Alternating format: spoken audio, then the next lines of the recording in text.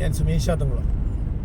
ഞാനിപ്പോൾ നിങ്ങളുടെ മുമ്പിൽ ഈ വീഡിയോയിൽ വരുന്നത് ഇന്ന് നമുക്കറിയാം, നമ്മുടെ ലോകത്ത് ഏറ്റവും കൂടുതൽ ഇപ്പോൾ നമുക്ക് നമ്മുടെ സ്റ്റേറ്റിൽ ചർച്ച ചെയ്യുന്നത് മയക്കുമരുന്നും അല്ലെങ്കിൽ അത്തരത്തിലുള്ള ഡ്രഗ്സൊക്കെ കുട്ടികൾ ഉപയോഗിക്കുന്ന വിഷയവുമായി ബന്ധപ്പെട്ട കുട്ടികളും മറ്റു ആളുകളൊക്കെ, അതായത് ഈ യൂസ് ഓഫ് ഡ്രഗ്സ് എന്ന് പറയുന്നത് ജീവിതം നശിപ്പിക്കാൻ വേണ്ടി മാത്രമാണെന്നും യൂസ് ഓഫ് ഡ്രഗ്സ് ഇല്ലാതായാൽ മാത്രമേ ജീവിതം രക്ഷപ്പെടാനുള്ള സാധ്യതയുള്ളൂ എന്നുള്ള സത്യം മനസ്സിലാക്കാതെ അതിൻ്റെ അകത്തേക്ക് ആളുകൾ അറിയാതെ പെട്ടുപോകുന്നതിനെ കുറിച്ചുള്ള വലിയ ഡിസ്കഷനാണ് നടന്നുകൊണ്ടിരിക്കുന്നത്. അപ്പോൾ ഇതിൻ്റെ അകത്ത് വളരെ സിമ്പിളാണ്. ഇതിനെ എങ്ങനെ നമുക്ക് ഇറാഡിക്കേറ്റ് ചെയ്യാം, അല്ലെങ്കിൽ ഇതിൽ നിന്ന് ആളുകൾക്ക് എങ്ങനെ ആ ഒരു കൃത്യമായിട്ടുള്ള നോളേജ് കൊടുത്ത് അതിൻ്റെ അകത്ത് മാറ്റാമെന്നുള്ളതാണ് നമ്മുടെ വളരെ എന്താ പറയുക ക്രിസ്പായിട്ടുള്ള നമുക്ക് റിക്വയർമെൻ്റ് ഉള്ളത്. അപ്പോൾ ഇതിന് രണ്ട് തരത്തിലാണ് നമ്മൾ നോക്കിക്കാണുന്നത്. ഒന്ന്, എൻഫോഴ്സ്മെൻറ്റിൽ കൂടെ നമുക്ക് എങ്ങനെ നിർത്തലാക്കാം. തീർച്ചയായിട്ടും എൻഫോഴ്സ്മെൻറ്റ് ആണ് ഇപ്പോഴത്തെ കണ്ടീഷനിൽ സിവിയർ ആയി കഴിഞ്ഞാൽ ഏത് കാര്യത്തിനും എൻഫോഴ്സ്മെൻറ്റ് തന്നെയാണ് നല്ലത്. അപ്പോൾ എൻഫോഴ്സ്മെൻ്റ് ആണ് ആദ്യം അപ്ലൈ ചെയ്യേണ്ട സാധനം. ഒരു കാരണവശാലും അതിന് അത്തരത്തിലുള്ള കാര്യങ്ങൾ നമുക്ക് പ്രോത്സാഹിപ്പിക്കാനോ അത്തരത്തിലുള്ള കാര്യങ്ങൾ ഇല്ലായ്മ ചെയ്യാനോ വളരെ ശക്തമായിട്ടുള്ള നിയമനിർമ്മാണം കൊണ്ടുവന്ന് സർക്കാർ അതിനുള്ള അവൈലബിലിറ്റി കുറയ്ക്കാൻ അവൈലബിലിറ്റി ഇല്ലാതെ 100% നമുക്ക് കട്ട് ചെയ്യാൻ പറ്റില്ല, ഉറപ്പാണ് പറ്റും. റൈറ്റ്. അതേപോലെ തന്നെ അതിന് വലിയ ശിക്ഷകൾ വലിയ ലെവലിലാക്കുമ്പോൾ സ്വാഭാവികമായിട്ട് നിൽക്കും. അത് എൻഫോഴ്സ്മെൻറ്റ് ഭാഗം അവിടെ ഇരിക്കട്ടെ. അത് ശരിക്കും പറഞ്ഞാൽ നമ്മളിപ്പോൾ പറഞ്ഞാലും സർക്കാർ ചെയ്യേണ്ടതാണ്. വളരെ സിമ്പിളാണ്. അതായത് ഒരു നിയമനിർമ്മാണം കൊണ്ടുവരുന്നു, ഇന്നുള്ളതിൻ്റെ വലിയ കുറച്ചും കൂടി എന്താ പറയുക SC/ST ആക്ടുകളിലൊക്കെ ഉള്ള പോലെയുള്ള ഭയങ്കര കുറച്ചും കൂടി ഡെപ്തായിട്ടുള്ള കുറച്ചും കൂടി സ്ട്രോങ് ആയിട്ടുള്ള എന്താ പറയുക എൻഫോഴ്സ്മെൻറ്റും ശിക്ഷാ നടപടികളും വരുന്നു. അത് സർക്കാരിന് ഈസിയായിട്ട് എളുപ്പം ചെയ്യാൻ പറ്റുന്ന, അല്ലെങ്കിൽ സർക്കാരിന് എളുപ്പം ചെയ്യാൻ പറ്റുന്ന കാര്യമാണ്. റൈറ്റ്. രണ്ടാമത്തെ പാർട്ട് എന്ന് പറയുന്നത് അവയർനെസ്സും ആളുകളിനെ അതിലേക്ക് എന്തുകൊണ്ട് ആളുകൾ അതിൽ പോകണമെന്നുള്ള റിയൽ ആയിട്ടുള്ള, അതായത് നേരത്തെ ഞാൻ പറഞ്ഞത് വികാരപരമായിട്ടും അല്പം വിവേകപരമായിട്ടും എടുക്കേണ്ട സ്റ്റേറ്റ്മെൻറ്റാണ്. ഇപ്പോൾ നമുക്കറിയാം ലൈഫിൽ മനുഷ്യൻ്റെ കാര്യങ്ങളെന്ന് പറഞ്ഞാൽ നമ്മുടെ തീരുമാനങ്ങളൊക്കെ ഐദർ വികാരപരമായിട്ട് അല്ലെങ്കിൽ വിവേകപരമായിട്ട് അല്ലെങ്കിൽ വിചാരപരമായിട്ട് എടുക്കേണ്ട സ്റ്റേറ്റ്മെൻറ്റുകളാണ്. അപ്പോൾ എല്ലാറ്റിലും വളരെ ഒരു ആത്യന്തികമായിട്ടുള്ള ഒരു ചേഞ്ച് ഉണ്ടാവണമെങ്കിൽ വികാരപരമായിട്ടല്ല തീരുമാനം എടുക്കേണ്ടത്, എന്താ പറയുക വിവേകപരമായിട്ടും അല്ല വിചാരപരമായിട്ട് ചിന്തിച്ചാലാണ് ആത്യന്തികമായിട്ടുള്ള ചേഞ്ചസ് നമുക്ക് കൊണ്ടുവരാൻ കഴിയുള്ളൂ. അപ്പോൾ നേരത്തെ ഞാൻ പറഞ്ഞത് വികാരവും അല്പം വിവേകവും കൂടിയിട്ടുള്ള തീരുമാനമാണ് സർക്കാർ എടുക്കേണ്ടത്. ഇനി അടുത്തത് നമ്മൾ കുറച്ചും കൂടി വിചാരപരമായിട്ട് ഡിസ്കസ് ചെയ്യുകയാണെങ്കിൽ എന്തുകൊണ്ട് ഇങ്ങനെ നമ്മുടെ കുട്ടികൾ ചിന്തിക്കുന്നു, അല്ലെങ്കിൽ നമ്മുടെ ആളുകൾ ചിന്തിക്കുന്നു, എങ്ങനെ അവർ ഡ്രഗ്സിലേക്ക് പോകുന്നു. ആരും ഇവിടെ നശിക്കണമെന്നുള്ള ഉദ്ദേശത്തിൽ ജനിക്കുന്നവരില്ല. എന്തുകൊണ്ടായിരിക്കും പോകുന്നത്? Yes, there are several reasons. Right. നമുക്കറിയാം ഭൂമിയുടെ അതായത് നമ്മുടെ ഹ്യൂമൻ എവല്യൂഷനെ 2 or 3 പാർട്ടാക്കിയിട്ട് സിംപ്ലിഫൈ ചെയ്തിരിക്കുകയാണെങ്കിൽ, ഇതൊക്കെ വെരി കോമൺ ലോജിക് എന്നാണ് പറയുന്നത്, സിംപ്ലിഫൈ ചെയ്തിരിക്കുകയാണെങ്കിൽ ആദ്യ കാലഘട്ടങ്ങളിൽ ഗുണ്ടകളും രാജാക്കന്മാരും ഒക്കെ ആദ്യം നമ്മളിങ്ങനെ അലഞ്ഞു തിരിഞ്ഞ് നടക്കുന്ന ഒരു ക്രൈറ്റീരിയ ആയിരുന്നു. അത് കഴിഞ്ഞപ്പോൾ ഗുണ്ടകളും രാജാക്കന്മാരും ഒക്കെ ഭരിക്കുന്ന ഗുണ്ടകൾ, പിന്നെ കഴിഞ്ഞപ്പോൾ നാട്ടുരാജാക്കന്മാരൊക്കെ ഭരിക്കുന്ന ഒരു ക്രൈറ്റീരിയ ആക്കി. അപ്പോൾ എന്താണ്, രാജാവ് പറയുന്നു അച്ചട്ടം ആളുകൾ കേൾക്കുക. അതാണ് അന്നത്തെ സിനാരിയോ, അന്നത്തെ ആ മെത്തേഡ് ഓഫ് ലിവിങ് അങ്ങനെയാണ്. അത് കഴിഞ്ഞ് കുറച്ചും കൂടി മാറി വന്നപ്പോഴോ എന്തായി, ശരിക്കും ഇവിടെ ഡെമോക്രസി വന്നു, അല്ലെങ്കിൽ ഭരണകൂടങ്ങൾ വന്നു. ജനങ്ങളാൽ തിരഞ്ഞെടുക്കുന്ന ഭരണകൂടങ്ങൾ വന്നിട്ട് അവരുണ്ടാക്കുന്ന നിയമത്തിനനുസരിച്ചുകൊണ്ട് ജനങ്ങൾ ആ സോഷ്യൽ ഫാബ്രിക്കിൻ്റെ അകത്ത് നിന്നുകൊണ്ട് പോവുക. അപ്പോൾ സ്വാഭാവികമായിട്ട് അവിടെ ക്വസ്റ്റ്യൻ ചെയ്യുന്നത് ആരാണ്? മറ്റേ രാജാക്കന്മാരാണ്. ഇതിൽ രാജാക്കന്മാർ രാജ്യശില്പന്തികളുമാണ് ക്വസ്റ്റ്യൻ ചെയ്യുന്നത്. ഇതിലാരാണ്? സൊസൈറ്റിയാണ് ക്വസ്റ്റ്യൻ ചെയ്യുക ഡെമോക്രസിയിൽ. അപ്പോൾ ഓരോ സൊസൈറ്റിയിൽ ഒരു മതത്തിലായാലും ശരി, ജാതിയിലാണെങ്കിലും ശരി, അല്ല ഒരു സമൂഹത്തിലാണെങ്കിലും ശരി, അവിടെ ചില സോഷ്യൽ ഫാബ്രിക്കുകളുണ്ട്. ഇങ്ങനെ ഇവിടെ നടക്കാവൂ, ഇങ്ങനെ ചെയ്യാവൂ, ഇങ്ങനെ ചെയ്യണം, ഇതിൻ്റെ അപ്പുറത്ത് ചെയ്യരുതെന്നൊക്കെ.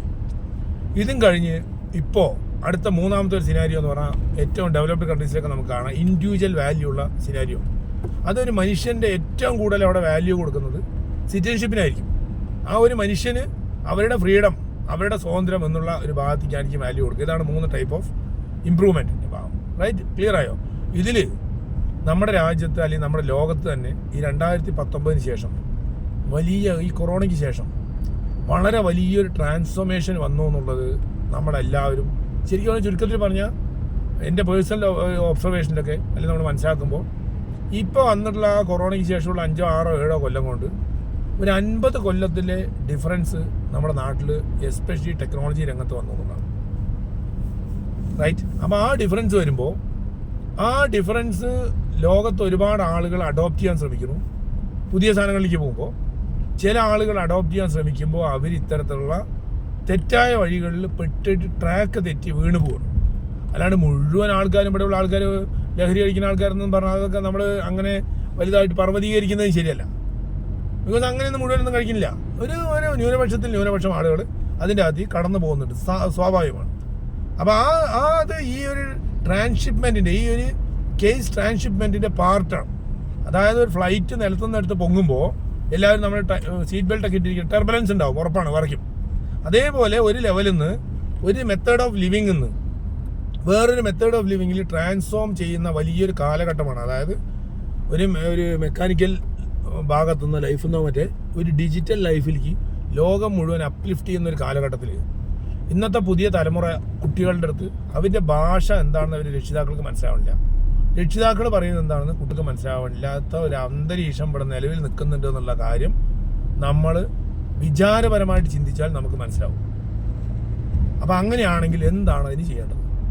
അപ്പോൾ നമുക്കറിയാം നമ്മുടെ ജീവിതം അല്ലെങ്കിൽ നമ്മൾ മുന്നോട്ട് പോകുന്നത് മേ ബി വിശ്വാസം ഉണ്ടാവാതിരിക്കാം. പക്ഷേ ഒരു കാര്യം ഉറപ്പിക്കുക, നമ്മൾ അറിഞ്ഞുകൊണ്ടല്ല ഇവിടെ ജനിച്ചത് എന്നുള്ള ഒരു വസ്തുത നിലവിൽ നിൽക്കുകയും നമ്മളിൽ ജനിപ്പിച്ച ഓരോ ആളുകൾ ഓരോ രീതിയിലായിരിക്കും വിശ്വസിക്കുക. ഒരു പ്രകൃതി അല്ലെങ്കിൽ യൂണിവേഴ്സ് അല്ലെങ്കിൽ ദൈവം എന്തൊക്കെയോ വാട്ട്സോയെവർ, ആ വിശ്വാസം എന്താണ്? അതായത് നമ്മൾ ഇവിടെ പാലിക്കേണ്ട ധർമ്മം എന്താണ് ലൈഫിൽ, അതാണ് ദൈവമെന്ന് ഒറ്റ വാക്കിൽ പറയുന്നത്. അപ്പോൾ ദൈവത്തിന് അറിയുക അല്ലെങ്കിൽ ഞാൻ ആരാണെന്ന് അറിയുക, അതാണ് ഫസ്റ്റ് പോയിന്റ്. ഈ പോയിന്റിന്റെ പെർസ്പെക്റ്റീവ്, ഈ പോയിന്റിലേക്കുള്ള ഒരു അപ്രോച്ച് 2019 വരെ 17 മുമ്പുള്ള അപ്രോച്ചും ഇന്നത്തെ പുതിയ കുട്ടികളുടെ അപ്രോച്ചും വളരെയധികം ഷിഫ്റ്റ് ചെയ്യപ്പെട്ടിട്ടുണ്ട് എന്നുള്ളൊരു വസ്തുത നമ്മൾ മനസ്സിലാക്കേണ്ടിയിരിക്കും. അത് ആരാ മനസ്സിലാക്കേണ്ടത്? എൻ്റെ പേഴ്സണൽ പോയിന്റ് ഓഫ് വ്യൂവിൽ നേരത്തെ പറഞ്ഞ വിചാരപരമായിട്ട് ചിന്തിക്കുകയാണെങ്കിൽ നമ്മൾ, അതായത് പ്രായമായിട്ടുള്ള ആളുകൾ, ഒരു 10-30 വയസ്സ് കഴിഞ്ഞിട്ടുള്ള ഏട്ടന്മാരും അല്ലെങ്കിൽ ചേച്ചിമാരും രക്ഷിതാക്കളും ഗ്രാൻഡ് പാരൻസുമാണ് ഇത് മനസ്സിലാക്കേണ്ടത്. ബിക്കോസ് പുതിയ കുട്ടികൾക്ക് ചെറിയ യങ് ഏജിൽ അത് പെട്ടെന്ന് ഉൾക്കൊള്ളാൻ അവരുടേക്കാളും ശേഷി എക്സ്പീരിയൻസ് ഉള്ള ആളുകൾക്കായതുകൊണ്ട്, വിസ്ഡം ഉള്ള ആളുകൾക്കായതുകൊണ്ട് അവരാണ് അത് ആദ്യം മനസ്സിലാക്കേണ്ടത് എന്നുള്ളതാണ് എനിക്ക് പറയാനുള്ളത്. ഒപ്പം കുട്ടികൾ ചില ആൾക്കാർ ഞാൻ എന്താണ് ദൈവമില്ല, ദൈവത്തിൽ വിശ്വസിക്കുന്നില്ല, അല്ലെങ്കിൽ ജാതിയിൽ വിശ്വസിക്കുന്നില്ല, ഇങ്ങനെയൊക്കെ പറയുന്ന കുട്ടികൾ ഒരുപാടുണ്ടെന്ന്. ആ കുട്ടികളെ നമ്മൾ എന്ത് ചെയ്യണമെന്ന് വെച്ചാൽ നിങ്ങൾ ഇന്നത് ചെയ്യുമെന്ന് പറഞ്ഞാൽ അടിച്ചേൽപ്പിക്കുകയാണ് ചെയ്യാൻ വേണ്ടത് ഭൂരിഭാഗം കുട്ടികൾക്ക്. അതായത് 1, 2, 3% കുട്ടികളുടെ ഇത്തരത്തിലുള്ള ടോക്കാണ് പുറത്തേക്ക് വരുന്നുള്ളെങ്കിലും ഒരു സത്യം നമ്മൾ മനസ്സിലാക്കേണ്ടത് 10-50% അടുത്ത കുട്ടികൾ ഇത്തരത്തിലുള്ള സത്യാന്വേഷണങ്ങൾ എന്താണ് ഇങ്ങനെയൊന്നും ഇല്ലാലോ. ബിക്കോസ് അവർ ഭയങ്കര നമ്മളെക്കാട്ടിലൊക്കെ ഒരുപാട് ഉയർന്ന് ചിന്തിക്കുന്ന ആളുകളാണ് ഇന്നത്തെ തലമുറ. അവർക്ക് ഇൻഫർമേഷൻ അത്രയും അവൈലബിൾ ആണ് കയ്യിൽ. അപ്പം ഇങ്ങനെയൊന്നും അല്ലാലോ എന്ന് ചിന്തിച്ചിട്ട് നമ്മുടെ അടുത്ത് പറയാൻ മടിച്ചിട്ടിരിക്കുന്ന വിഭാഗമുണ്ട്. അപ്പം അങ്ങനെയുള്ള ആളുകളുടെ അടുത്ത് നമ്മൾ ശ്രദ്ധിക്കേണ്ടത്, അത് ഞാൻ ലാസ്റ്റ് കൺക്ലൂഡ് ചെയ്യുമ്പോൾ പറയാം. ഒന്നാമത്തെ പോയിന്റ് ദൈവം, ക്ലിയർ ആയാലോ? രണ്ടാൾക്കാരുടെയും പെർസ്പെക്റ്റീവ് പറയണം, അതിൽ ഡിഫറൻസിന് ഒപ്പീനിയൻ ഉണ്ട്. രണ്ടാമത്തത് ഹെൽത്ത്. നിങ്ങൾ ശ്രദ്ധിച്ചാൽ മനസ്സിലാവും. പണ്ട് നമ്മൾ ആളുകളൊക്കെ ഒരുപാട് ജോലി ചെയ്യുകയൊക്കെ ചെയ്തിട്ടുണ്ടാവും. ഇന്ന് എസ്പെഷ്യലി കേരളത്തിൽ മാത്രം എടുക്കാം നമുക്ക് സിനാരിയോ. ഇന്നത്തെ കുട്ടികൾ മുഴുവൻ, പുതിയ തലമുറ മുഴുവൻ അവരുടെ ഹെൽത്ത് ബെറ്റർ ആയിക്കൊണ്ട് പണ്ടത്തെ ആളുകളിനെക്കാട്ടിലും നന്നായി നോക്കുന്നുണ്ട് എന്നുള്ളതാണ് എൻ്റെ വ്യക്തിപരമായ അഭിപ്രായം. റീസൺ എന്താണെന്ന് പറഞ്ഞാൽ നമ്മുടെ അവിടെ കൂടി വരുന്ന ജിമ്മുകളുടെ, യോഗ സെൻറ്റേഴ്സിൻ്റെ അതിൻ്റെയൊക്കെ കണക്കെടുത്താൽ തന്നെ നമുക്ക് മനസ്സിലാവും. കുട്ടികളും ആളുകളൊക്കെ ജിമ്മിൽ പോവുകയും സ്ത്രീകളും പുരുഷന്മാരടക്കം അവരുടെ ഹെൽത്തിനെ ശ്രദ്ധിക്കുകയും ഒക്കെ ചെയ്യുന്ന വലിയൊരു അന്തരീക്ഷത്തിലേക്കാണ് ഇപ്പോൾ ഉയർന്നു വന്നിട്ടുള്ളത്. ഒപ്പം ഞാൻ ആ ദൈവികം എന്ന് പറഞ്ഞ കാര്യത്തിൽ ഒന്നും കൂടി ആഡ് ചെയ്യാൻ ആഗ്രഹിക്കുകയാണ്. കൾച്ചറിൽ വലിയ ഷിഫ്റ്റ് ഉണ്ട്. അതായത് 2015 കാലഘട്ടങ്ങളിൽ ഒരു സ്ത്രീ പുരുഷൻ കണ്ടിട്ടുണ്ടായിരുന്നത്, പുരുഷൻ അതൊരു വസ്തുതയാണ് ഞാൻ പറയുന്നത്, എന്താണ് പറയുക, ആ അർത്ഥത്തിൽ തന്നെ എടുത്താൽ മതി. അതിന് മുമ്പൊക്കെ ഒരു കല്യാണം കഴിഞ്ഞ് കഴിഞ്ഞാൽ സ്ത്രീ പുരുഷൻ്റെ അവിടുത്തെ ഈ കല്യാണം കഴിച്ച് പോവുക, അല്ലെങ്കിൽ ഒരു പരിധിവരെ ഒരുപാട് വേദികളിൽ പോലും പ്രസംഗിക്കുന്ന പോലും കേട്ടിട്ടുണ്ട്, സ്ത്രീ പുരുഷന് ആഹാരം വെച്ച് കൊടുക്കുക, അങ്ങനത്തെ കാര്യങ്ങളൊക്കെ, വീട്ടിലെ കാര്യങ്ങളൊക്കെ നോക്കാനാണ് ഇരിക്കേണ്ടത് എന്നും അത് കേട്ട് കയ്യടിക്കുന്ന, അല്ലെങ്കിൽ കേട്ട് രസിക്കുന്ന, അതാണ് ശരിയെന്ന് പറയുന്ന ഒരുപാട് ആളുകളുണ്ടാവും. അപ്പോൾ പക്ഷേ ഇന്നത്തെ ലോകത്ത് നമുക്കറിയാം, ഞാൻ SNDP യോഗത്തിൻ്റെ ബോർഡ് മെമ്പറാണ്. അപ്പോൾ SNDP യോഗത്തിൻ്റെ ശ്രീനാരായണ ഗുരുദേവൻ തന്നെ ഇവിടുത്തെ ചട്ടങ്ങളിനെ, അന്നുണ്ടായിരുന്ന ചട്ടങ്ങളിനെ മാറ്റിമറിച്ച് പുതിയ ചട്ടങ്ങൾ കൊണ്ടുവന്നിട്ടില്ല. അവനവൻ ആത്മസുഖത്തിനായി ആചരിക്കുന്നത് അപരനും സുഖത്തിനായി വരയണമെന്ന് പറഞ്ഞിട്ടുള്ള ആ ആപ്തവാക്യവും, അതേപോലെ തന്നെ കുമാരനാശാൻ മാറ്റുവിൻ ചട്ടങ്ങളെ ഇല്ലെങ്കിൽ മാറ്റുവിൻ നിങ്ങളെത്താൻ എന്ന് പറഞ്ഞിട്ടുള്ള പോലുള്ള ബേസിക് ആയിട്ടുള്ള, വെരി ബേസിക് ആയിട്ടുള്ള കാര്യങ്ങളും മാറ്റം വരുത്തിയിട്ടുള്ള പ്രസ്ഥാനത്തിൻ്റെ ഭാഗമാണ് മെമ്പർ ആയതുകൊണ്ട് ഞാനിത് പറയുന്നത് വളരെ വളരെ ആധികാരികമായി അതിൻ്റെ SNDP യോഗത്തിൻ്റെ ഒരു മെമ്പർ ആയതുകൊണ്ട് അത് പറയുന്നതിൽ ഒരു ബുദ്ധിമുട്ടും അത് ഞാൻ പറയാൻ അതായത് ഉത്തരവാദിത്തപ്പെട്ടിട്ടുള്ള ആളെന്ന് വിചാരിക്കുന്നു. അപ്പോൾ ഈ ആളുകൾക്ക് അന്ന് മുമ്പ് സ്ത്രീകൾ അങ്ങനെയാണ് വിചാരിച്ചിട്ടുണ്ടായിരുന്നത്. അതേ സമയത്ത് ഇന്ന് 2020 ശേഷം അതിലൊക്കെ കുട്ടികളുടെ കല്യാണത്തിലും കുട്ടികളുടെ കാഴ്ചപ്പാടിലുമൊക്കെ മാറ്റുവിൻ ചട്ടങ്ങളെ എന്ന് പറഞ്ഞ ഒരുപാട് വ്യത്യാസങ്ങൾ വന്നു. പെൺകുട്ടികളും സമ്പാദിക്കാൻ തുടങ്ങി. Because money matters. യെസ്, അതായത് അവർ ഫിനാൻഷ്യൽ ഇൻഡിപെൻഡൻ്റ് ആയി. അപ്പോൾ ഫിനാൻഷ്യൽ ഇൻഡിപെൻഡൻ്റ് ആയിട്ടുള്ള എല്ലാ ആളുകളുടെയും കാഴ്ചപ്പാടുകൾ അങ്ങോട്ടും ഇങ്ങോട്ടും വ്യത്യാസങ്ങൾ വരാൻ തുടങ്ങി. അങ്ങനെ സ്ത്രീ പുരുഷ ബന്ധം എന്നുള്ളത് സ്ത്രീ പുരുഷനേക്കാൾ താഴെയാണെന്നോ അല്ലെങ്കിൽ പുരുഷൻ സ്ത്രീയേക്കാൾ താഴെയാണെന്നുള്ള പല ചിന്താഗതിയിൽ നിന്നും മാറിക്കൊണ്ട് ഒരു സമത്വത്തിൻ്റെ ചിന്താഗതിയിലേക്ക് വരികയും എന്ത് അഭിപ്രായങ്ങൾ ഉണ്ടെങ്കിലും അത് കേട്ടുകൊണ്ട് ഒരു തീരുമാനം എടുക്കാനും ഉചിതമായിട്ടുള്ള തീരുമാനങ്ങൾ കുടുംബത്തിലെടുക്കാനും ഒക്കെ ഉള്ളൊരു അന്തരീക്ഷത്തിലേക്ക് ഒരു പരിധിവരെ ഉയർന്നുകൊണ്ടിരിക്കുകയാണ് നമ്മൾ. അങ്ങനെയല്ലേ പറയാൻ പറ്റുള്ളൂ. അതാണ് വസ്തുത. അതേപോലെ തന്നെയാണ് ഇപ്പം നേരത്തെ പറഞ്ഞത് കുട്ടികളുടെ കാര്യത്തിലും. കുട്ടികളെ നമ്മൾ കേൾക്കാൻ തയ്യാറാണ്, എന്നിട്ട് അവരെ പറഞ്ഞ് മനസ്സിലാക്കി നെഞ്ചോട് ചേർത്തി ഒപ്പം നിർത്തുകയാണ് ചെയ്യേണ്ടതെന്നാണ് ഈ പറയുന്നതിൻ്റെ അർത്ഥം. റൈറ്റ്. രണ്ടാമത്തെ, വിദ്യാഭ്യാസം. പണ്ട് അതായത് 80s 90s 2000s നമുക്കറിയാം, ഒരു എൻജിനീയറിങ്, ഒരു മെഡിസിൻ, ഒരു ലോയർ, അതുപോലെ അല്ലെങ്കിൽ ഒരു ഡിഗ്രി, അങ്ങനെ കുറച്ച് പ്രൊഫഷൻസ് താരതമ്യേന കുറവായിരുന്നു ഇന്നത്തെ കണ്ടീഷനിലോ. Designers, photographers, content writers, editors, അതുപോലെ കണ്ടന്റ് ക്രിയേറ്റേഴ്സ്, കാറ് ഉണ്ടാക്കുന്ന ആളുകൾ, ഇലക്ട്രിക്കൽസ്, ഇലക്ട്രോണിക്സ്, എക്സ്റേസ്, അതായത് എല്ലാ മേഖലകളിലും ലക്ഷക്കണക്കിന് സ്പെഷ്യലൈസ്ഡ് മൈക്രോ മാനേജ്മെൻറ്റ് യൂണിറ്റ് എക്കണോമിക്സിൽ സ്പെഷ്യലൈസ് ചെയ്യുന്ന ആളുകൾ വന്നു തുടങ്ങി. പ്രൊഫഷൻസ് മൾട്ടിപ്ലൈഡായി. നമ്മുടെ DNA എന്താണ്, നമ്മുടെ ആഗ്രഹം എന്താണ്, നമ്മുടെ കഴിവ് എന്താണെന്ന് മനസ്സിലാക്കിക്കൊണ്ട് ആ കഴിവിനെ മാസ്റ്റർ ചെയ്യാനും അതിൽ വ്യാപരിക്കാനുമുള്ള സ്വാതന്ത്ര്യം എല്ലാ ആളുകൾക്കും കിട്ടിത്തുടങ്ങി വിദ്യാഭ്യാസത്തിൽ. അപ്പോൾ വിദ്യാഭ്യാസം മാറിയിട്ടില്ലേ?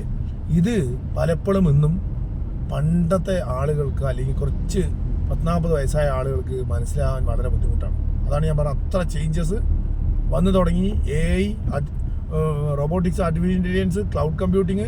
ഇനിയിപ്പോൾ എന്താ പറയുന്നത്, ഇവിടത്തെ പോലെയുള്ള ജീവിക്കാനുള്ള സ്ഥിതിയുള്ള മറ്റ് ഗ്രഹങ്ങളുണ്ട് എന്നുള്ള ഫൈൻഡ് ഔട്ട് ചെയ്ത് അവിടേക്ക് ട്രാവൽ ചെയ്യാനുള്ള സംവിധാനം ആലോചിക്കണം. ആ രീതിയിൽ വളർന്നുകൊണ്ടിരിക്കുന്ന ഈ ലോകത്ത് വിദ്യാഭ്യാസ രീതി മാറിയില്ലേ? യെസ്. പഴയ ആൾക്കാർക്ക് പുതിയത് പറഞ്ഞാൽ മനസ്സിലാവുമോ? മനസ്സിലാവില്ല. റൈറ്റ്. അതേപോലെ മൂന്നാമത്തെ പോയിന്റ്, ആരോഗ്യം ആണ് മൂന്നാമത്തെ പോയിന്റ്. അത് വിദ്യാഭ്യാസം കൂടി ഞാനിപ്പോൾ സംസാരിച്ചപ്പോൾ കലർന്നു പോയി, മിക്സായി. അപ്പോൾ ആരോഗ്യത്തിൽ കുട്ടികൾ വളരെ മുകളിലായിരുന്നു, മൂന്നാമത്തേതായിട്ടുള്ള വിദ്യാഭ്യാസത്തിന് മുകളിലായിരുന്നു. ഇനി നാലാമത്തേതായിട്ടുള്ള തൊഴിൽ, ജോലി എന്ന് പറയുന്നത്. ജോലിക്കാർക്ക് ജോലി ചെയ്യുന്നത് പണ്ടത്തെ പോലെയാണ് ഇപ്പോൾ ജോലി അല്ല. നേരത്തെ വിദ്യാഭ്യാസത്തിന് ചേഞ്ച് വന്ന പോലെ ജോബിലും എല്ലാ അർത്ഥത്തിലും 2015 മുമ്പും അല്ലെങ്കിൽ 15 ഉണ്ടായിരുന്ന 2019 മുമ്പുണ്ടായിരുന്ന പല ജോലികളും ഇന്ന് ഇല്ലാതാവുകയും അത് പ്രോഫിറ്റബിലിറ്റിക്ക് അല്ലാതാവുകയും ആയി തീർന്നുണ്ടെന്നുള്ളൊരു വസ്തുത നമ്മൾ ഉൾക്കൊള്ളണം. പക്ഷേ അത് 10 ഇല്ലാണ്ടായിട്ടില്ലെങ്കിൽ 100 പുതിയ തൊഴിലുകളും 100ഓളം പുതിയ വെർട്ടിക്കൽസും, ഞാൻ മിനിമം ഒരു സുമാർ കണക്ക് പറയാം, അതായത് 10 ഇരട്ടി പുതിയ ജോബുകളും പുതിയ വെർട്ടിക്കൽസും വരികയും ചെയ്തു. പക്ഷേ ഈ പഴയ വെർട്ടിക്കൽസിന് ചേഞ്ച് ചെയ്യില്ല എന്ന് പറഞ്ഞിട്ട് ഇരുന്നുണ്ടായിരുന്ന ആളുകൾക്ക് ഈ പുതിയ വെർട്ടിക്കൽസ് എന്താണെന്ന് മനസ്സിലാവില്ല. അപ്പോൾ പഴയ വെർട്ടിക്കൽസിലുള്ള ആൾക്കാർ എന്താ പറയണത്, അയ്യേ ഇവിടെ നിന്ന് ഇനി ഒരു തൊഴിലും ഇല്ല, ഒന്നുമില്ല, എല്ലാം നശിച്ചുകൊണ്ടിരിക്കുകയാണ്, വളരെ ഡള്ളാണ്. സത്യത്തിൽ ഡള്ളായിട്ടല്ല, അവർക്കിത് മനസ്സിലാവില്ല. പുതിയ പിള്ളേർക്കോ അവർക്ക് തൊഴിൽ ചെയ്തിട്ട് എത്തില്ല. ബിക്കോസ് ഒരു കാര്യം ഉറപ്പിക്കുക, ഇന്ന് ഇവിടുന്ന് നമുക്ക് US-ലെത്താൻ 10-12 മണിക്കൂർ എടുക്കുന്നുണ്ടെങ്കിൽ, അല്ലെങ്കിൽ UK-ലെത്താൻ 10-12 മണിക്കൂർ എടുക്കുന്നുണ്ടെങ്കിൽ, അവിടുന്ന് ഗ്ലോബ് റൗണ്ട് ചെയ്ത് ന്യൂസിലാൻഡിൽ വീണ്ടും എത്താൻ 10-12 മണിക്കൂർ എടുക്കുന്നുണ്ടെങ്കിൽ, അവിടുന്ന് വീണ്ടും ഇന്ത്യയിലെത്താൻ 6-7 മണിക്കൂർ അല്ലെങ്കിൽ 10-12 മണിക്കൂർ എടുക്കുന്നുണ്ടെങ്കിൽ, ഇന്നത്തെ ലോകമെന്ന് പറയുന്നത് 1 മണിക്കൂറും കൊണ്ട് അല്ലെങ്കിൽ 4 മണിക്കൂറും കൊണ്ട് ലോകം ചുറ്റി വരാൻ പറ്റുന്ന സ്പീഡിലേക്ക് കാര്യങ്ങൾ ചീപ്പായിട്ട് ചെറിയ കോസ്റ്റിൽ ഉയരാനുള്ള അത്രയും ഗ്യാപ്പ് തൊഴിലിലൂടെ ബാക്കി കിടക്കുക. മനസ്സിലായിട്ടോ? ഇതൊക്കെ നമ്മൾ ഉണ്ടാക്കണ്ടേ മനുഷ്യന്? Make the life easier. അതിൻ്റെ ആളുകളുടെ ലൈഫ് ഈസി ആക്കാനുള്ള എന്തൊക്കെ ഇവിടെ ഉണ്ടാക്കാണ്ട് അത്രയും തൊഴിലും പെൻഡിങ് ഉണ്ട്. അപ്പോൾ അതിൻ്റെ അകത്തും തർക്കവും സംശയവും ഒന്നും വേണം. തൊഴിൽ ഉണ്ടായിക്കഴിഞ്ഞാൽ തൊഴിൽ ചെയ്താൽ സ്വാഭാവികമായിട്ട് എന്ത് കിട്ടും? അവിടെ തൊഴിൽ ചെയ്തതിന് റിവാർഡ് കിട്ടും. മണി എന്ന് പറയുന്നത്, സമ്പത്ത് എന്ന് പറയുന്നത് വേറെ സാധനമൊന്നുമല്ല. Money is the reward of the service what we are giving to the society. Very simple. പൈസ എന്ന് പറയുന്നത് നമ്മൾ ഈ സൊസൈറ്റിക്ക് ബാക്കിയുള്ള ആളുകളുടെ ലൈഫ് ഈസി ആക്കാൻ വേണ്ടി കൊടുക്കുന്ന, നമ്മൾ ചെയ്യുന്ന കർമ്മത്തിൻ്റെ ഫലമായിട്ട് ബാർട്ടർ സിസ്റ്റം, അവർ വേറെ വേറെ സാധനം തരുന്നതിന് പകരം ഇവിടെ കൽപ്പിച്ച് വെച്ചിട്ടുള്ള ഒരു പൈസയായിട്ട് തരുന്ന ഉത്തരവേ ഉള്ളൂ. ഇതിനകത്ത് വെരി സിമ്പിൾ. അപ്പോൾ സ്വാഭാവികമായിട്ട് പൈസ ഉണ്ടാവും. അത് കഴിഞ്ഞാൽ ഇവിടെയാണ് ഇതിൻ്റെ ഏറ്റവും വലിയ ട്വിസ്റ്റ് വരുന്നത്. ഇന്ന് ഒരു പരിധി വരെ ഈ കുട്ടികളൊക്കെ സംഘടിക്കുന്നതും അല്ലെങ്കിൽ ആളുകൾ സംഘടിക്കുന്നതും ഇവിടെ കൃത്യമായിട്ടുള്ള എൻഫോഴ്സ്മെൻറ്റും ലോ എൻഫോഴ്സ്മെൻറ്റും ഒന്നും ചെറിയ വെള്ളമൊഴിക്കുമ്പോൾ, അതായത് അവരുടെ ജീവിതത്തിൽ അനുഭവിക്കേണ്ടത്, ബിക്കോസ് ചുരുക്കത്തിൽ പറഞ്ഞാൽ ഒരു സ്ഥലത്തുനിന്ന് ഒരു കുട്ടി ഒരു അടി കൊണ്ടുവന്ന് നിൽക്കുക. അതായത് എൻ്റെ വീട്ടിലുണ്ടായ ഒരു അനുഭവം ഞാൻ സൂചിപ്പിക്കാം. എൻ്റെ മോള് അവളുടെ ഒരു ടീച്ചർ ആരോ വന്നിട്ട് ചെറുതായിട്ട് അവളൊരു യൂട്യൂബറാണ്. അപ്പോൾ ആ യൂട്യൂബറിന് ചെറുതായിട്ട് ഒരു അവളുടെ മനസ്സിൽ വേദന ഉണ്ടാക്കുന്ന രീതിയിലുള്ള ഒരു പ്രവൃത്തി ഒരു ലേഡിയുടെ അടുത്തുണ്ടായി പുറത്ത് വീട്ടിൻ്റെ അവിടെ വന്നിട്ട്. അതിന് മെറിറ്റ്സിലേക്ക് ഞാൻ പോകുന്നില്ല. അതായത് അത്തരത്തിലുള്ളൊരു കാര്യം ഉണ്ടായപ്പോൾ അതിന് നമ്മൾ ഇവിടെ ഒരു പോലീസിൽ പരാതി മോള് കൊടുത്തു. ഞാനെന്ത് ചെയ്തു പറഞ്ഞാൽ അവളുടെ എക്സ്പീരിയൻസിന് വേണ്ടിയിട്ട് അവൾ പോയിക്കോട്ടെ എന്ന് പറഞ്ഞിട്ട് വിട്ടു. നല്ലതാണ്, അപ്പോഴല്ലേ അറിയുള്ളൂ എന്താണ് ലോകമെന്ന് മനസ്സിലാവുള്ളൂ. അങ്ങനെ ഒരു പരാതി കൊടുത്തു. അതേപോലെ ഞങ്ങൾക്ക് അതിന് ശേഷം, ബിക്കോസ് എനിക്ക് 2 പെൺകുട്ടികളാണ്. അപ്പോൾ ഒരാൾ കോയമ്പത്തൂർ പോയിട്ട് ഹോസ്പിറ്റലിൽ പോയപ്പോൾ അവിടെ നിന്നും ഇതേപോലെ അല്പം മദ്യപിച്ച് നടത്തുന്ന ഒരാളിൽ നിന്ന് ചെറിയൊരു ദുരനുഭവം ഉണ്ടായി. അവിടെയും അവരുടെ അടുത്ത് ഇതേപോലെ ഒരു പോലീസ് സ്റ്റേഷനിൽ ഒരു പരാതി കൊടുപ്പിച്ച് അപ്ലൈ ചെയ്തു. ഈ 2 കേസിലും കേരളത്തിൽ ആ കേസിൽ ഉണ്ടായ ആ ഒരു മാനസിക വിഷമം ഉണ്ടായിട്ടുണ്ടായതിൽ ഇവിടുത്തെ പോലീസിൻ്റെ സമീപനവും അവിടുത്തെ പോലീസിൻ്റെ സമീപനവും രണ്ടായിരുന്നു. വളരെ എക്സ്ട്രീം ഡിഫറൻ്റ് ആയിരുന്നു. ഇവിടുത്തെ പോലീസ് പോലീസുകാരെ അത് സാരില്ലാണ്ട് വെള്ളമൊഴിച്ച് ലഘൂകരിച്ചു വിട്ടു. അതേസമയത്ത് അവിടുത്തെ പോലീസ് ആ ആളിനെ പിടിച്ചു കൊണ്ടുവന്ന് അവിടെ നിർത്തി. ആ തെറ്റ് ചെയ്ത ആളിനെ പിടിച്ചു കൊണ്ടുവന്ന് അവിടെ നിർത്തി. ഇവരുടെ ഉമ്മർന്ന്, കുട്ടികളുടെയും അമ്മയുടെ ഉമ്മർന്ന് തന്നെ അത് തെറ്റാണെന്ന് ബോധ്യപ്പെടുത്തി അയാളിനെ അതിനുള്ള മാപ്പ് അയാളെ കൊണ്ട് പറയിപ്പിച്ച് അയാളെ വിട്ടു. ബിക്കോസ് നമ്മൾ തന്നെ വിടാൻ പറഞ്ഞു. ബിക്കോസ് അവിടെ അങ്ങനെ ആളിനെ ഉള്ളിൽ വെക്കേണ്ട ഒരു കാര്യം അങ്ങനെയല്ലല്ലോ നമുക്ക് ചെയ്യേണ്ടത്. അപ്പോൾ അതുകൊണ്ട് ബിക്കോസ് അവിടെ ഞാൻ ഉദ്ദേശിച്ചത് അതിലെ അപ്രോച്ച്, ആ ഒരു ഒഫൻസിൻ്റെ മുകളിൽ ഒരേ തരത്തിലുള്ള, അതിൻ്റെ അർത്ഥം ഇവിടെ ആ ടീച്ചറിനെ പിടിച്ചു വയ്ക്കണം എന്നല്ല പറയുന്നത്. എന്താണ് നടന്നതെന്നും ഇനി സംഭവിക്കാൻ പാടാത്തതാണെന്നും, ബിക്കോസ് ഒരു സ്ഥലത്തേക്ക് കടന്നു കയറിക്കൊണ്ട് ഇതുപോലെ ഒരു അതിക്രമം അല്ലെങ്കിൽ ഒരു തെറി പറയുന്നത് അങ്ങനത്തെ കാര്യങ്ങളോ എല്ലാം നടന്നു കഴിഞ്ഞാൽ അതിന് തക്കതായിട്ടുള്ള ശിക്ഷയില്ലാതെ വരുമ്പോൾ, അല്ലെങ്കിൽ തക്കതായിട്ടുള്ള ഇടപെടലുകൾ അതിൻ്റെ ഉത്തരവാദിത്തപ്പെട്ട ആളുകളിൽ നിന്ന് ഇല്ലാതെ വരുമ്പോൾ സ്വാഭാവികമായിട്ട് ഇത്തരത്തിലുള്ള, ഞാനിത് ഒരു എക്സാമ്പിളാണ് പറഞ്ഞത്, ഇത്തരത്തിലുള്ള ഒരുപാട് ഘട്ടങ്ങൾ കുട്ടികളുടെ ലൈഫിൽ വരുമ്പോൾ കുട്ടികൾ ഗ്യാങ്ങിനെ ആശ്രയിക്കാൻ തുടങ്ങും, അവിടെയുള്ള ഗ്യാങ്ങുകളിനെ. അപ്പോൾ ഈ ഗ്യാങ്ങുകൾ പറഞ്ഞാൽ അവിടുത്തെ ബേസ് എന്തായിരിക്കും? റോങ് ഗ്യാങ് ആയിരിക്കും. ഈ റോങ് ഗ്യാങ്ങിൽ നിന്നാണ് ഈ മദ്യവും മയക്കുമരുന്നും പോലെയുള്ള ഇത്തരത്തിലുള്ള കാര്യങ്ങളുടെയൊക്കെ തുടക്കം തുടങ്ങുന്നത്. പിന്നെ അവരതിൻ്റെ ഉള്ളിൽ പെട്ടുപോകണം. അപ്പോൾ ഞാനിവിടെ പറയാൻ ആഗ്രഹിക്കുന്നത്, നമ്മുടെ കൃത്യമായിട്ടുള്ള അധികാരികളുടെയും ഉത്തരവാദിത്തത്തിലിരിക്കുന്ന ആളുകളുടെയും സമയബന്ധിതമായിട്ടുള്ള അപ്രോച്ചിൻ്റെയും അതിൻ്റെ അകത്തുള്ള നോക്കിക്കാണുന്ന രീതിയുടെയും ഭാഗവും കൂടിയാണ് കുട്ടികൾ ഇത്തരത്തിലുള്ള ഗ്യാങ്ങിലേക്കും ബാക്കിയുള്ളതിലേക്കൊക്കെ പോകുന്നത്. ഇനി ഒന്നുകൂടി പറയാം, തുടക്കം മുതൽ ദൈവികം പറഞ്ഞു, 2 ഹെൽത്ത് പറഞ്ഞു, 3 വിദ്യാഭ്യാസം പറഞ്ഞു, 4 തൊഴിൽ പറഞ്ഞു. ഈ 4 കാര്യത്തിലും ആദ്യം മുതൽ തന്നെ അച്ഛനമ്മമാർ കുടുംബത്തിൽ കുട്ടികളെ കേൾക്കുക. നേരത്തെ പറഞ്ഞ ഒരു ഭാര്യയെ ഭർത്താവ് കേൾക്കണമെന്ന് പറഞ്ഞ പോലെ, ഒരേപോലെ തീരുമാനം എടുക്കണമെന്ന് പറഞ്ഞ പോലെ കുട്ടികളുടെ അടക്കം കേൾക്കാനും ഡിസ്കസ് ചെയ്ത് തീരുമാനമെടുക്കാനുള്ള ഒരു വിസ്ഡത്തിലേക്ക്, ഒരു വിചാരത്തിലേക്ക് കുടുംബം മുഴുവൻ ഉയരാതെ ഞാൻ പറയണോ നീ കേൾക്കണം എന്ന് പറയുന്ന പഴയ പച്ചയ്ക്ക് പറഞ്ഞാൽ ഗുണ്ടായുസത്തിലേക്ക് മാറിയിട്ട് കുടുംബത്തിൽ തുറന്ന് ഡിസ്കസ് ചെയ്യാനുള്ള ഒരു അന്തരീക്ഷം. എന്തിൽ? ആദ്യം മറ്റേ ദൈവീകത്തിൽ, 2 ഹെൽത്തിൽ.